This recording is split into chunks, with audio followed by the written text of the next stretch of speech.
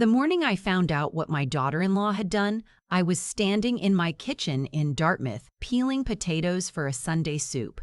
The radio was on CBC, some interview about the housing market in Halifax, and I wasn't really listening. I was thinking about whether I had enough dill in the freezer from last summer's garden. That's where I was in my head when my phone buzzed on the counter. It was a text from my son. 4 words.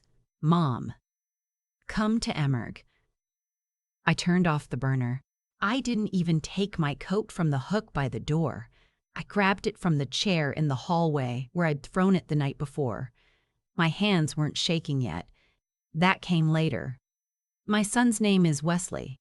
He's 41 years old, works in marine engineering out of the shipyards, has his father's jaw and his grandmother's stubbornness. He married a woman named Vivica 8 years ago, and I will be honest with you, I never said anything. I smiled at the wedding in her parents' backyard in Tantalon, and I danced, and I held my tongue about what I had seen already in the way she looked at Wesley when she thought no one was watching. Like he was something she was keeping until something better came along. Wesley couldn't see it. You can't when you love someone. I know that. I loved his father for 22 years, and there were things about him I couldn't see either until it was too late. So I said nothing. I kept the door of my house open, and I put the kettle on whenever they visited, and I bought birthday cards for her mother that I didn't know how to sign. What I did not do was disappear, and I think that was the problem in the end. The hospital was the new wing at the QEEI. I found Wesley in a chair outside a curtained bay, his hard hat still sitting on the floor beside him like he'd driven straight from the yard. He stood up when he saw me and the look on his face. I've seen that look once before in my life, when his father died, like someone had pulled the ground out from under him. "She's okay," he said before I could ask. "The baby's okay. They think."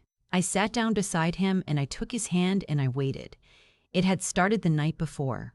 Bevita had gone to her mother's place in Bedford for what she said was a girls' evening. Her sister was visiting from Calgary.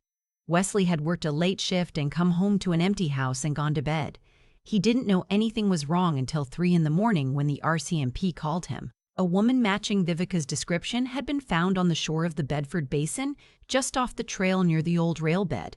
She was conscious but disoriented. She'd been there for several hours. She was 26 weeks pregnant. Wesley's voice didn't break when he told me this. He's his father's son that way too. But his hand was gripping mine so hard I could feel the bones. "She won't tell them what happened," he said. "She keeps saying she fell, but, Mom," he stopped.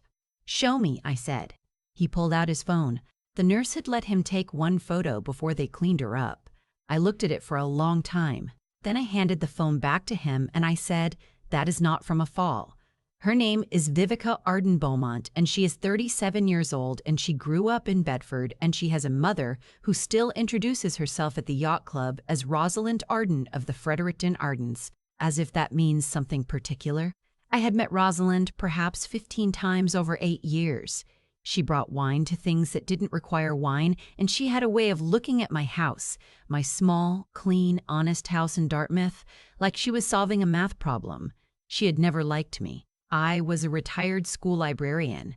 My late husband had worked for the municipality. Our house was paid for, but it was not large. We were not the kind of family she had imagined for her daughter. I had known this for years. What I did not know, sitting in that hospital chair listening to the cardiac monitor beep behind the curtain, was how far she was willing to take it. Vivica stayed in hospital for 3 days. The baby, a girl they thought, though they were still watching for complications, had stabilized. The bruising on Vivica's ribs and left temple was consistent, the doctor told Wesley carefully, with impact, not with a fall. On the 2nd day, Vivica's sister arrived from Calgary. Her name is Portia. Younger than Vivica by 4 years, sharper, the kind of woman who wears expensive shoes and knows exactly what they cost. She came into the room and she kissed her sister's forehead, and then she looked at me with something in her expression that I recognized. It was relief, as if I had arrived somewhere I wasn't expected to be yet. I filed that away. On the third day, I was sitting in the corridor outside Vivica's room eating a sandwich from the Tim's downstairs when Portia came out, her phone pressed to her ear. She didn't see me around the corner. She was speaking quietly, but I have very good hearing. Another librarian habit, the ability to listen without appearing to. "She's sticking to the fall story," Portia said. "Yes, I know, Mum. But they're not charging anyone. She's not saying anything." A pause. "I don't know how much Wesley suspects. His mother is everywhere. She's like..." Another pause. "Just don't contact Holt. Not yet. Let this settle." I sat very still with my sandwich in my lap. "Holt, I want to be clear about something. I am 63 years old. I grew up in a small town outside Antigonish, Nova Scotia, the second of 4 children. My father worked the ferry and my mother worked everything else. I am not a dramatic person. I do not look for trouble. But I have also been a school librarian for 31 years, and what that means, what people don't understand about that job, is that you learn to find information. You learn to ask the right questions in the right order. You learn patience. You learn that the answer is always somewhere. You just have to know where to look. I drove home that evening and I made myself tea and I sat at the kitchen table with my laptop and I started with what I knew. Holt, Bedford, Rosalind Arden. It took me 2 hours to find the connection. Stuart Holt, licensed private investigator, Dartmouth office. Reviews going back 6 years.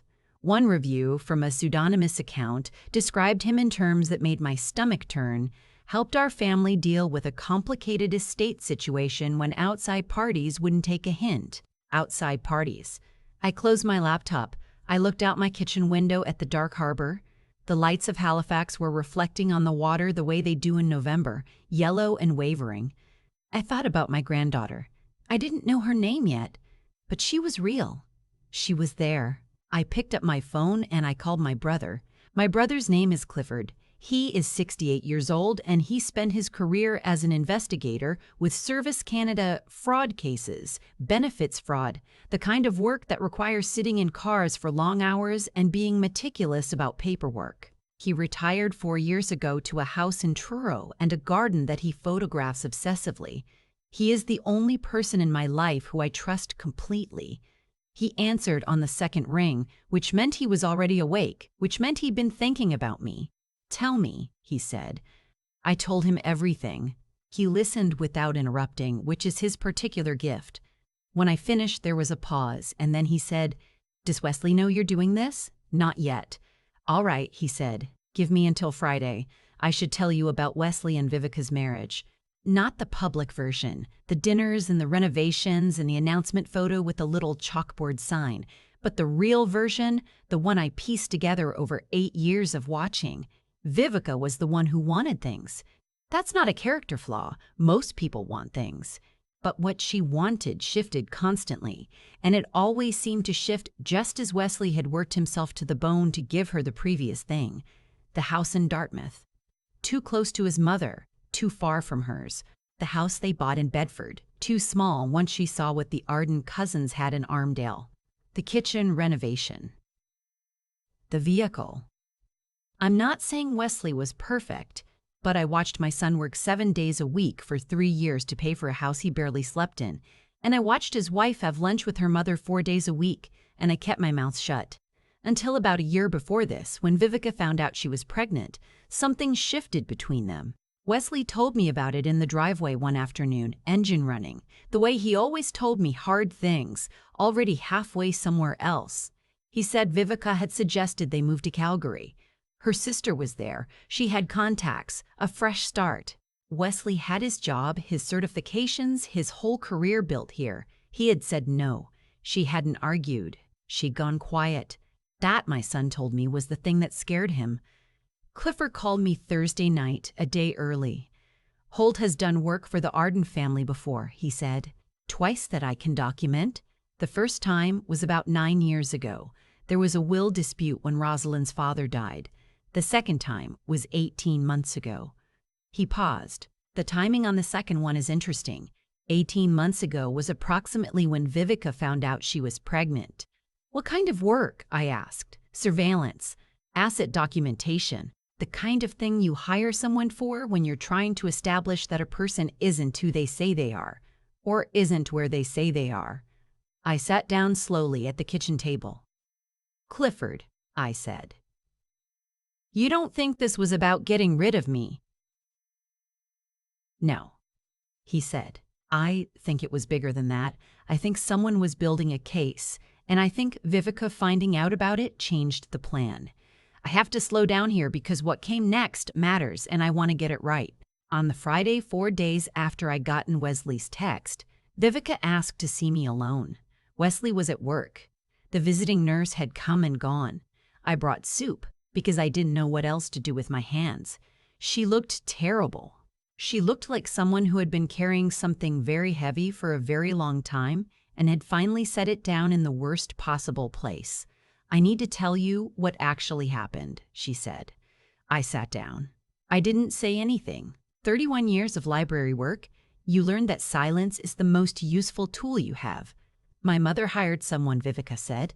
"His name is Holt. She hired him to follow you, to document. She wanted proof that she had this idea that you were interfering in our marriage, that if she could show Wesley that you were somehow manipulating things, he would distance himself from you." She stopped. Her hands were folded over her stomach. "I found out 8 weeks ago. She told me because she wanted my help. She wanted me to create situations, to make you look unstable." I kept my face very still. "This is something else librarians learn." I said no, Vivica said. "We had a terrible fight, a series of them." She stopped speaking to me for a while. She looked out the window. "On Saturday night, I went to her house to try again, to tell her it had to stop. Portia was there. It became physical. My mother has never, in my entire life, she has never laid a hand on me. But Portia," her voice dropped. "Portia grabbed me. I fell against the railing on the back deck. We're 3 feet above grade there, and I hit the ground and I couldn't get up. And then they panicked and they drove me to the trail and they left me. The room was completely quiet except for the refrigerator hum." "They left you," I said. "Yes." "You were 26 weeks pregnant?" "Yes." I will not pretend I was calm for what came next. I was not calm. I went to my car and I sat in it in the hospital parking garage for 20 minutes and I shook. I am 63 years old and I have lost a husband and I have raised a son and I have held 2 dying students' hands through the worst years of their lives, and I thought I had a sense of what human beings were capable of. I was wrong. Then I called Clifford. "It's time," I said. "I know," he said. "I've been ready since Tuesday." Clifford had spent his career knowing exactly how institutions work. He knew which phone call to make first and who needed to hear what in which order. He had a contact in the Halifax RCMP, a woman named D.C. Pohl Arsenal, who he'd worked with during a joint fraud investigation years ago, and he reached her before the end of the day. I sat with Vivica and I held her hand while she gave her statement. Her voice was steady. She was steadier than I expected. Or perhaps I underestimated her. Perhaps I had been doing that for 8 years. Wesley came directly from the shipyard. He still had grease on his forearms. He sat across from his wife and he listened to everything without speaking. And when she was finished, he looked at me with an expression I will never forget. Not anger, not grief exactly, but something like a person waking up and seeing the room clearly for the first time. "How long did you know?" he asked me. 5 days, I said. He nodded. He turned back to Vivica. He reached across and took her hand. I went out into the hallway and I found a chair by the window that looked out toward the harbor, and I sat there for a while and watched the light change over the water, and I let myself cry. Very quietly, the way I'd learned to cry in a room full of people who needed me to be fine. The RCMP executed a search warrant on Rosalind's home in Bedford 7 days later. They found documentation of the Holt arrangement going back 14 months, emails, e-transfers through online banking, printed surveillance reports. They found a folder on Rosalind's laptop that she had titled, with extraordinary lack of irony, "Family Protection." Stuart Holt surrendered himself voluntarily when contacted. He cooperated fully. That is the thing about people like Holt. When the structure around them collapses, there is nothing underneath holding them up. Rosalind Arden was charged with criminal harassment, counseling to commit an indictable offense, and 2 counts related to the assault and abandonment of Vivica. Portia was charged with assault causing bodily harm and failing to provide the necessaries of life, a charge that carries real weight in this country, weight that Portia's Calgary-appropriate wardrobe would not help her with. The preliminary hearing was set for late spring. Their lawyer, apparently, was very expensive. I imagine he was. I want to tell you about one more thing. It's a small thing, the way important things often are. About 6 weeks after Vivica came home from the hospital, I was at their house in Bedford for Sunday dinner. Wesley had made a roast. He learned to cook properly during a period a few years ago, when Vivica was working long hours and someone had to. And now he actually enjoys it, which pleases me more than I can say. The baby. They'd confirmed by then she was a girl, healthy, growing, was making herself known in the way that babies do at 32 weeks, which is to say constantly and without apology. Vivica and I were in the kitchen together while Wesley dealt with something in the driveway. It was the first time we'd been alone since the hospital. She was cutting bread and I was doing something with the Brussels sprouts, and neither of us was saying anything. Then she said, "I should have listened to you." I looked up. "You never said anything," she said. "I know that. But I knew what you thought, and I chose her version of you over the real one." She put the bread knife down. "I'm sorry for all of it." I stood there for a moment. The Brussels sprouts were in my hands. Outside, I could hear Wesley talking to someone, a neighbor probably, the one with the old lab that goes everywhere with him. "My mother used to say," I told her, "that the people who apologize are the ones worth keeping." She didn't say anything. But when we sat down to dinner 20 minutes later and Wesley poured the wine and the 3 of us were around that table together, she reached over and touched my hand. Very briefly. And then she picked up her fork. My granddaughter was born in late February at the IWK in a room with a window that looked out at the frozen north end of Halifax. She weighed 7 pounds and 2 ounces. She had dark hair and enormous dark eyes and the precise expression of a person who has been interrupted in the middle of something important. Wesley called me at 4:17 in the morning. I was already awake. I'd been awake since 1. "She's here," he said. His voice was wrecked in the best way. "She's perfect." "I know," I said. "I know she is. Her name is Josephine. They call her Josie. She has, as far as I can tell, her father's jaw and her mother's stubbornness, which means she will be fine, which means she will be more than fine." I drove to the hospital at first light. The harbor was pale and frozen at the edges, and the sky was doing that thing it does in February over Nova Scotia, that particular shade of gray-blue that looks cold and close, but somehow still manages to be beautiful. I had a hat for her. I'd been knitting it since November, since the night I sat at my kitchen table in the dark with my laptop and started asking the right questions. Yellow wool. Small enough to fit in the palm of my hand. I walked through the hospital doors and I took the elevator to the 3rd floor and I turned left down the corridor and I followed the sound of my son's voice and I didn't stop until I found them. People ask me sometimes how I stayed so calm through all of it. I don't have a tidy answer. I wasn't calm. I was sitting in a parking garage shaking for 20 minutes. I was lying awake at 1 a.m. knitting a hat. I didn't know if I'd ever get to give. But I kept going because the alternative was to stop, and stopping wasn't something I could afford. What I've come to understand, looking back at everything that happened with Rosalind and Portia and the whole long machinery of what they built, is that cruelty of that kind doesn't sustain itself. It requires constant maintenance. It requires people to keep lying, keep covering, keep choosing the wrong thing every single morning. And that is exhausting in a way that honesty never is.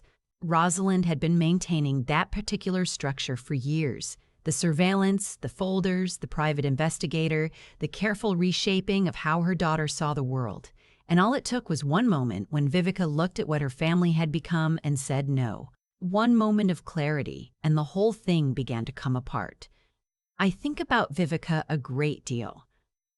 I think about the version of her I had already decided on, The woman who would never quite fit, who had chosen her mother's version of me and would keep choosing it. I was wrong about her. Or rather, I was right about who she had been, and wrong to assume that's who she would stay. People change. That sounds obvious when you write it down, but it's one of the hardest things to actually believe when you're in the middle of resenting someone. Clifford used to say when we were growing up that our father had one rule for every difficult situation: find out what's actually true before you decide what to do about it.